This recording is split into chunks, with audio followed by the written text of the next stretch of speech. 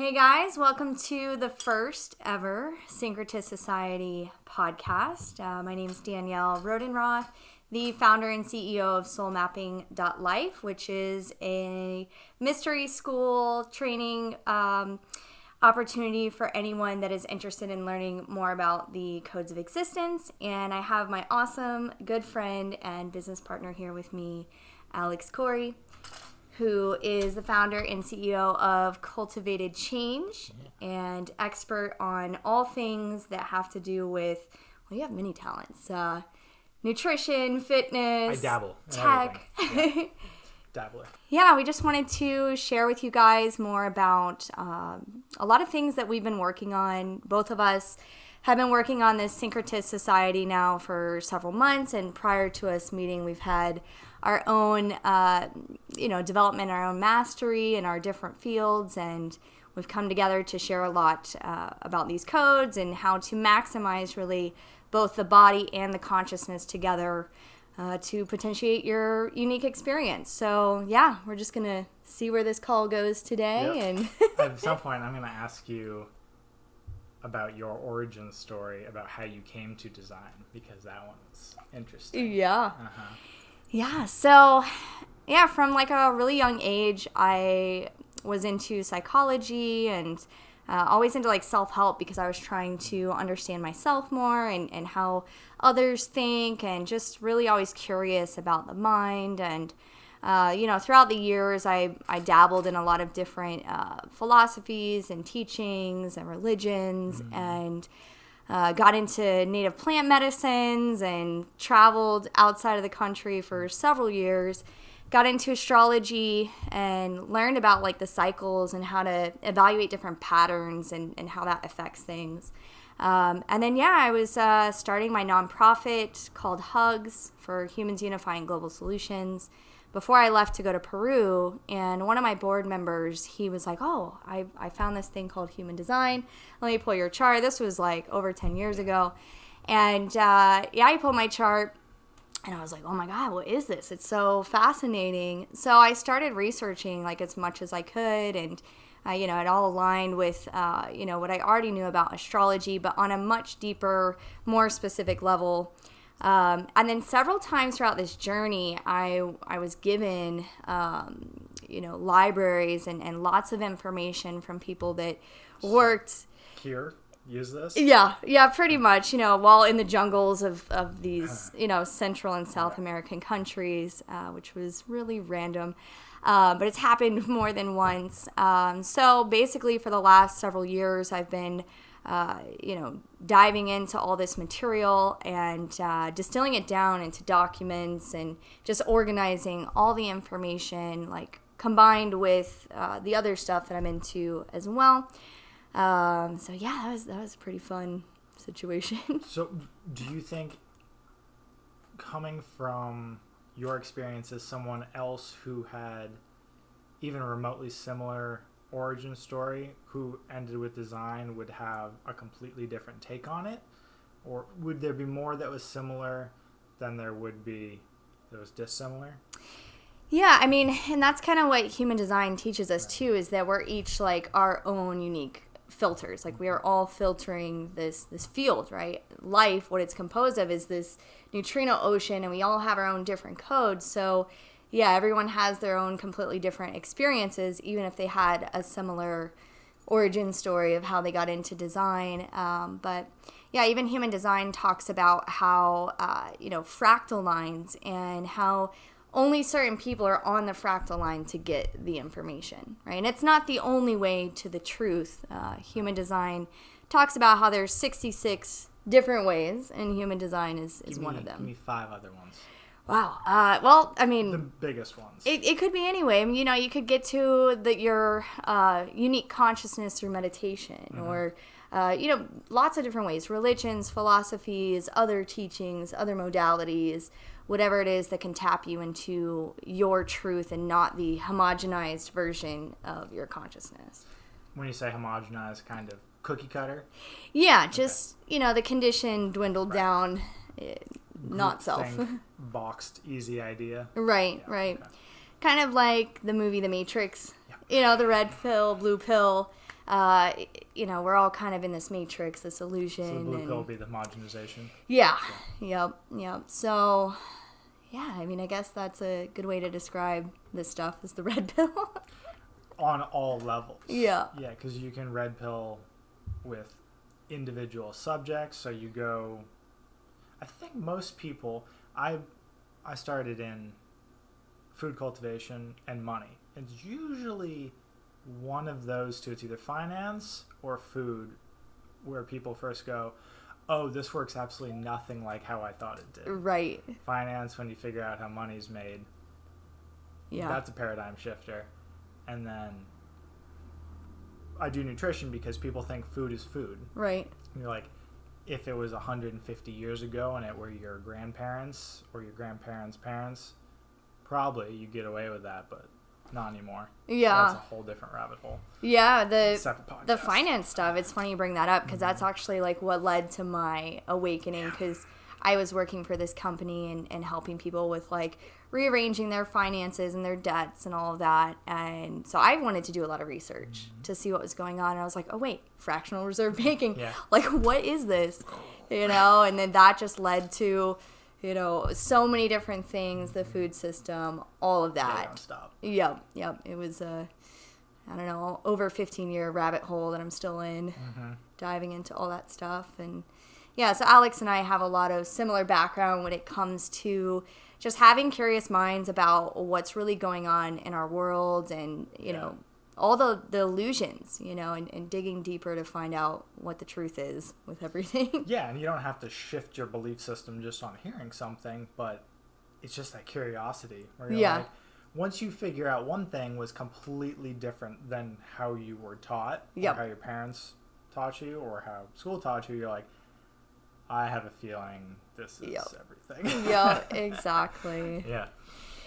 Yeah, so... one other thing that I'm going to end up asking at some point, and other people might have a question is, can you explain keynote again? Because that comes up in almost all of our discussions. Yep. To me, it just seems language is the barrier to any esoteric or ancient or mystery school teaching because all practices have different words for the same thing. So is that kind of what a keynote is? Yeah, and that brings up a good point. So I'll address that and kind of give a background too, because when you look at any of these coded systems, whether it's astrology or genetics or any of the codes like geometry and math and all of this, they're actually all languages. So human design is a language. And when you hear the word keynote, it's kind of like, I think of it like a symbol or a sigil. It's like a specific word that, carries a lot of other meaning behind it. Right. So that's something that human design allows us to work through is stringing together the keynotes or the labels of these particular angles, these archetypes, like, oh, I'm a manifesting generator with this and that, but it means all these other things. And I think that that's really the gift and the strong point of all of these systems is that it gives you like a clarity and precision with communication, right? Because so many people use the same words, but they have completely different meanings. Yeah, so it does give you that precision, like, okay, what is intuition? All right, so we can look at that, and it goes into, like, mechanically what it is. Oh, it's actually fear, right? And it's actually coming from, your immune system, and it's part of something that's meant to keep you alive, right, and that you can pay attention to. It's the gut feeling, right, but not everyone's designed to operate by leading with that, right? So just redefining a lot of things because especially in the time period that we're in like evolution, right? Because human design really talks about not just the design of humans, but it's the design of consciousness in form. And so it talks about the wheel of like evolution. So we can look throughout the whole fractal, right? All the way out to the macrocosm, these grand cycles that all of these other systems and philosophies have talked about through the ages and all of that. And it talks a lot about how we can understand what time period we're in as like a collective consciousness, really what the field is asking us to do, right? Like what this time period is trying to extract out of the filtering units, which is us, right? What it's extracting out for the consciousness of the totality. So especially in this time right now, which we'll probably get into this in future podcasts, we are like almost at a mutation. So we're in a very, I don't know if entropic is a word, but we're in this like space of entropy and chaos, and right before a mutation, sinks. So really we're all being called to operate in our own unique consciousness, and we have this like closing door that we're approaching. So yeah, having that clarity with the languaging and all of that is pretty important. And the more I go into etymology, or just the roots of words, if anyone doesn't think magic is real, right? If you just start digging into where words come from, you're like, oh, these are just spells. Yeah. Like, this is what spells mean. Spelling. That's why it's spelling. Yeah. Just because seemingly everything older had more power and meaning to it, and kind of hit harder, and sort of the degradation of language and common language kind of English dumbs everything down a little bit and takes the impact and weight out of words a little bit. Yeah, definitely. A couple other ones that pop to mind other than the keynote that I know people are going to have completely different abstract things pop in their head. God. Yeah. Biggest one. Yeah. And that's going to come up eventually. Love is a tricky one. Because some people think of that as just a neurochemical thing with release of neurotransmitters and hormones. Some people think of it as a very esoteric concept. We'll go into all of those. And religion's a weird one. Yeah, definitely. Well, and I kind of knew we were going to get into that, and I was like, I wonder if we're going to talk about God on the first call. Well, it might not be a first one. But it is interesting because I do get asked like those questions a lot too, and it's more of like a mechanical understanding of things, and especially with that turning of the wheel where we are at now in evolution, there's a lot of things that are like coming out of the collective consciousness, like all these spiritual programs and like different things going on with the politics, and you even see the degradation of language even with like pronouns and like things like that. It's very strange, and even sexual stuff. We can get into that. But yeah, I mean, it's something where we're being asked to kind of go into this clearer consciousness and know what are these things? What is love? What is religion? What is God? How can we describe it like mentally to have an understanding of that? And that's really what this turning of the wheel, the mutation is. It's like the revealing or the light switch turning on, or we're like, oh, this is actually what life is. Like mentally we can grasp it, because where do we come from? What happens when we die? What are we doing here? Like, what is this, right? And that's like what this time frame is doing. The neutrino field, the ocean, the part of the ocean that we're traveling through right now, that's what we're all extracting out. So we're starting with very all exciting. The light, fluffy concepts, right? Yeah. Just some light contemplation. It's fine. So you said neutrino field. Yes. So I was talking with one of my pretty intelligent friends the other day, and glazed over at Neutrino Ocean. Can you give a brief, since that is kind of the fundamental of where your chart comes from, right, and all of that. In your words, what would the Neutrino like, what does that Ocean mean? be? Yeah, and it's funny, right before we did this call, I was like, oh, I can't wait to do the first class in the initiation training, because we're going to be talking about, the concepts of like, what is time, movement, like what is all this stuff right here, and that's all can be described in the understanding of neutrinos. So neutrinos are, smaller than the subatomic particles, and it's actually one of the proofs of human design, because prior to, I think it was in the 90s, or might have been late 90s, that scientists had discovered that neutrinos had mass. So neutrinos travel just under the speed of light, and they oscillate between 3 different states, right? And so we know about like quantum physics too, with the slit experiment, the observer aspect, where they also, I think they split an electron, and they spread it against a wall. They put them separated, like one out in space though, and one here, and whatever they did to this one, it like they could see with the other one that it was affected. So yeah, I mean, we're seeing that the Neutrino Ocean, which are these subatomic particles, They travel very fast. They come from stars. They come from life. That's it. And this is actually going to go into aliens and all of that kind of stuff, right? The star beings.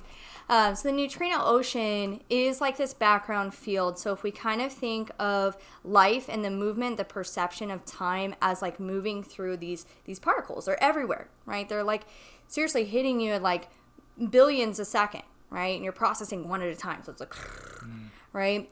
So this is what's going through, yes, your pineal gland and all of this through your whole body. And there's a particular pathway that it goes through the filterings of certain planets. And there's a whole process of that. But the ocean is the background field created from stars and some planets. And a lot of it, mostly 70% of it comes from our sun. So if we think about it, we're living in this ocean, right? All this stuff, right? And as we're moving through, we are like a sponge, extracting, organic machine that's like, it's just filtering. They're moving through us. And it's giving us information. So the fact that they are just under the speed of light, and in the late 90s or whenever it was that they discovered that neutrinos have mass, this was what the proof is for human design, because human design predicted that, I think, like 10 years or more before that. And that's like the science even of how astrology works. It's the planets aren't causing things, they're filtering this ocean, right? So that gives us a whole other understanding of that. Can I say decoding? Decoding the ocean? Yeah. I mean, so the reason that they carry mass and why that's important is because whenever the neutrino hits something, and because, again, they're oscillating between different states, means it's very hard to measure them. They have to measure them in, like, deep ice with these very weird instruments, and it took them a long time to discover that. But they travel through things, and it's like when a red car hits a white car.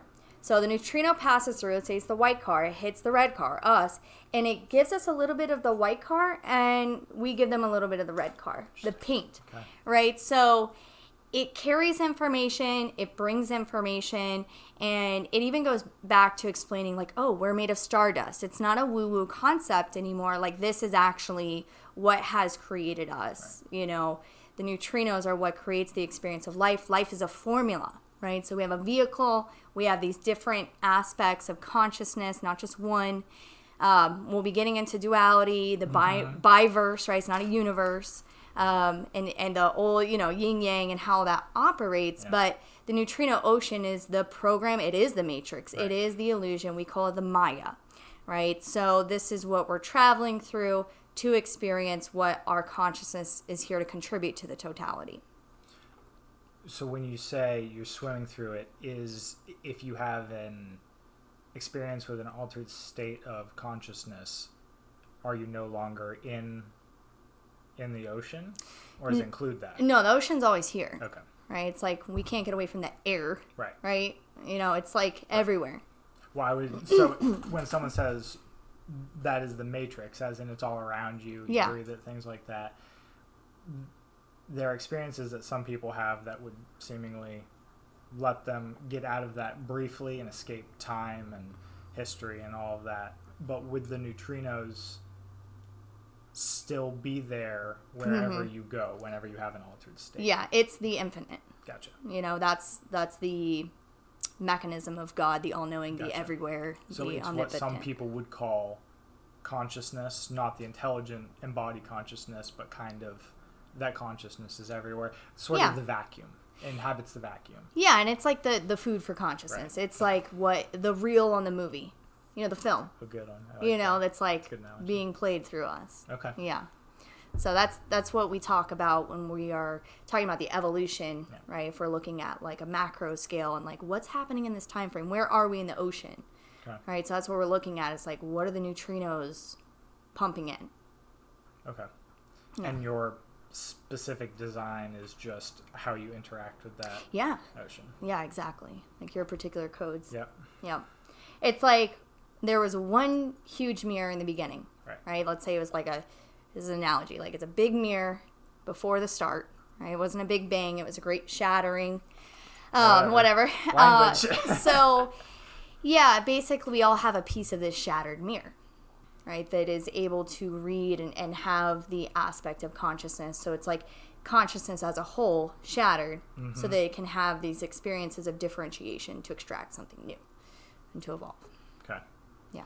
That explanation, whenever I hear people, very reductionist, scientifically minded people, arguing about the Big Bang and how the creation of the universe, as any ancient text describes it, where God just went, I was like, why is that different than the big... You're just making things out of nothing. It's the same thing. It's different language. The same thing. Like, we can prove that. And you're like, kind of. Yeah. Yeah, right. So, same concept. Entirely different. That's our Western culture interpreting that same event. Right. So that was a fractal mirror? Yeah, I mean, it could have been it's a piece of information. And the whole thing with, like, different theories, modalities, religions, all of these things is that... there can be distortion in how some people are viewing things. And that's what we're going to teach too in the training program is like, it's all about coming back to your own authority, right? So that you know how to differentiate for yourself, like what's truth and what's not, right? Because you have your own codes. And I believe that that's like where we are at in this evolution right now is like, can we pop out of the matrix and be our own authority, or are we going to give everything external to us authority? Right? So we're seeing it in everything in the government and the restrictions, and it's all dictated actually by the transits, right? The movement of the new ocean that we're in that's constantly, changing and all of that. So it is really just the conditions of the universe or God or existence, whatever you want to call it, that is setting us up to really extract out the truth. And it's by applying all these, constraints and limitations, because that's where we're at right now. Would you say the goal would be to be sovereign? I think right now where we are in the ocean is the goal is to figure out why we exist. It's almost like God is like, why do I exist? Right. And it's like it's trying to set up all this different, and it's just metaphors, when you say God or Jesus or things like this, people can have their own beliefs and all that. There's immediately an image that comes. Yeah. The all-encompassing. Right. Usually everything. God means, right? The everything. Right. The omnipotent, omnipresent, omniscient. Yeah. Whatever you want to attribute. It doesn't have to be a being. It can be like a source field. You can think of it as a being just because we anthropomorphize everything. Yeah. Whatever that is. Yeah, it's funny. Human design has an acronym for God, and it's Global Orchestration Directory. And it talks about, I like that. how we incarnate, right? Because come into the carnate. Yeah. Right? And the conditions and the formula for like all of that and the whole process mechanically on a macro cosmic level, even of how we come into form, which again goes into all those neutrinos and like what we're doing in the vehicle and how we can like work together with the dual consciousness that we have. Yeah, it's crazy. There's food for hundreds of podcasts in just that last 20 minutes. Yeah, so we just wanted to give you guys a little snippet of what we're creating here, and that we're going to be doing a lot more podcasts in the future. The Syncretist initiation program is starting in a couple of weeks, so you can enroll on the link there that we'll put below. And Alex is going to be doing the integration and embodiment aspects. Implementation. Build it into your daily life, so it's not just collecting books on a bookshelf. Yes. Yeah. Or paintings. Exactly. Yeah. So we're excited to do more podcasts and kind of give you guys something new every week that we're wanting to share and just dive into all this awesome geeky stuff about consciousness and. But yeah, so thanks for joining us, and we'll see you soon. There will be a newsletter sign up under this, just so we can express consistent podcast times, future guests we have on, new courses, new instructors in the courses, and all of that. Easiest way to be able to communicate with you guys. And if you have any questions, feel free to reach out to Danielle or just shoot us a comment. Yep. Thank you. All right. Bye.